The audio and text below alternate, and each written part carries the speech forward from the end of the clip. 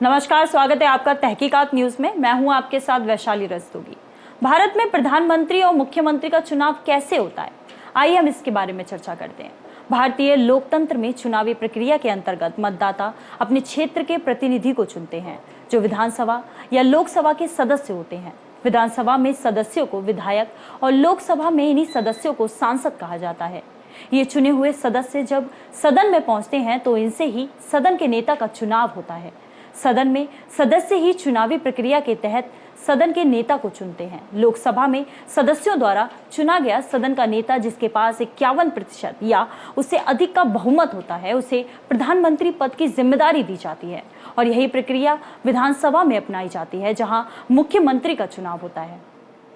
भारतीय प्रतिनिधित्व अधिनियम 1951 क्या है, आइए हम आपको बताते हैं। भारतीय प्रतिनिधित्व अधिनियम 1951 के तहत ही तमाम चुनावी प्रक्रिया संचालित की जाती है। इसी अधिनियम के संशोधन के अंतर्गत भारत में राजनीतिक दलों को भी मान्यता प्राप्त करने की व्यवस्था दी गई है।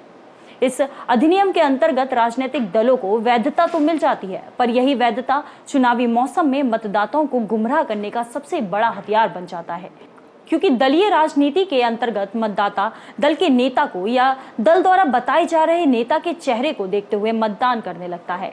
इस व्यवस्था के अंतर्गत अक्सर मतदाता अपने क्षेत्र के प्रतिनिधि को चुनने में गलती कर जाता है, क्योंकि वो उसी दल के पक्ष में मतदान करने हेतु विवश हो जाता है जिसके प्रधानमंत्री या मुख्यमंत्री उम्मीदवार उसे पसंद होते हैं। अंततः इस बार इतना ही कहना है कि इस बार जब आप मतदान का प्रयोग करने जाएं तो इस बात का विशेष रूप से ध्यान रखें कि आपको अपने मुख्यमंत्री या प्रधानमंत्री को नहीं, बल्कि अपने सांसद या विधायक को चुनना है। आपके द्वारा चुना गया एक अच्छा विधायक और सांसद ही आपके क्षेत्र का विकास करेगा, और आपके क्षेत्र का विकास होगा तो देश का विकास स्वतः हो जाएगा, क्योंकि देश आपके छोटे छोटे क्षेत्रों से ही मिलकर बना है। यह एक लोकतांत्रिक ढांचा है।